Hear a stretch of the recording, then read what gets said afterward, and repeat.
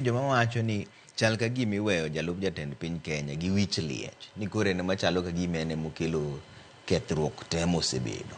Ing'eyo ni gima timore kae en ni Ruto manyo legitimacy. Otemo dhiro ne jomoko rem mare. To rem mar Ruto ni Gen Z nosegole oko. Bofwedho ni ng'ani tich osetamo. Koro nokwongo wacho ni cabinet mare mane rach, bo dissolve cabinet. So jopiny nokowinjo wachneno. Legitimacy momanyo nokoyudo. Odhi omo Baba Raila Odinga mondo tae. Baba be okomiye legitimacy manodwarono. Kidwa king'iyo Raila en kama en nus koni en nus oko. Koro legitimacy no pod onge.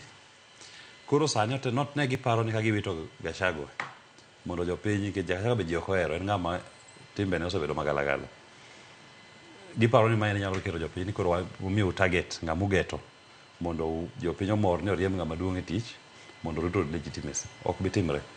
Koro gima duong' kata king'iyo sami dwa gol Gachagua ni, king'iyo gik mondikne ma National Assembly ondiko ka, tipimo gi ni magi bende gin adier gik minya golne godo jatend piny kata jalup jatend piny. Nikech en ground miluongo ni gross misconduct. Ok misconduct. Nyaka obed misconduct ma gross, marachie moloyo.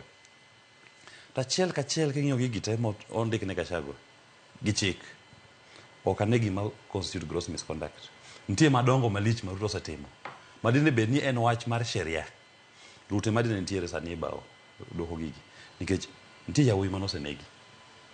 Nyaka Rex wuod Karachuonyo notho basani lo.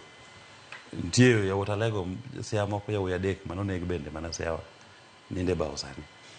Wan gi joma nomaki. Joshua Okayo wuod Luo ma en president mar jopuonjre mag sheria. Nomak bo wit mana Maragwa River. Bob Njagi gi Lange yawuoyi ariyo ka nomaki. To nitie yawuoyi mang'eny magi mana joma nyawacho machuok. Koro king'iyo ni rach mosetim, ang'ama kelo Adani Kenya ka ok en Gachagua. Magi ma jopiny ywaknegi. Ng'ama okelo Shih gi Sha masani itime yo marach ma jopiny winjo rem. Nitie joma nyako osetho nikech ok ginyal yudo dialysis sama ne dwaro mondo giyude ni. Nitie ji mang'eny man gi tuoche mag del mok nyal yudo services e apise mag suptande mag sirikal kata ma private nikech NHIF magi nok ti. Koro kantie ng'ama onego bed ni golo sani gi pacha en William Ruto. To kawach ni Gachagua ber. Gachagua king'iyo rach mar Gachagua, gik mane Gachagua osebedo katimo gi te notimo gi kopuoyo godo Ruto. Gachagua nowacho ni pass finance bill. Kendo wacho ni joma ok bi wabunge mag pass finance bill ok biro development e constituency magi. Mago dong shareholders. Gachagua nochako wacho ni sirikandwa ni ok odwa Raila gini, ok odwa ang'o, akendo nyaka mtego. Ogeng'o. Ng'ama nolombo ga sechego ne en Ruto. To gigi notimore higa achiel mosekalo. Jok mane pamo ne Gachagua sama nowacho gigi ne gin Ruto gi Lange.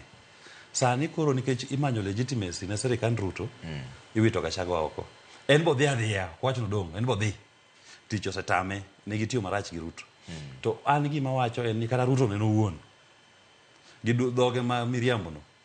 En bendo dhi. Nikech shida mwan godo e Kenya ka. Gima kelo chakruok mar shida te mwan godo e Kenya ka. En gima iluongo ni gowi mabandia. Ji nokawo gowi gi nying jo Kenya. To ji pod kawo gowi gi nying jo Kenya. To gowi no onge project mi nokitimo godo.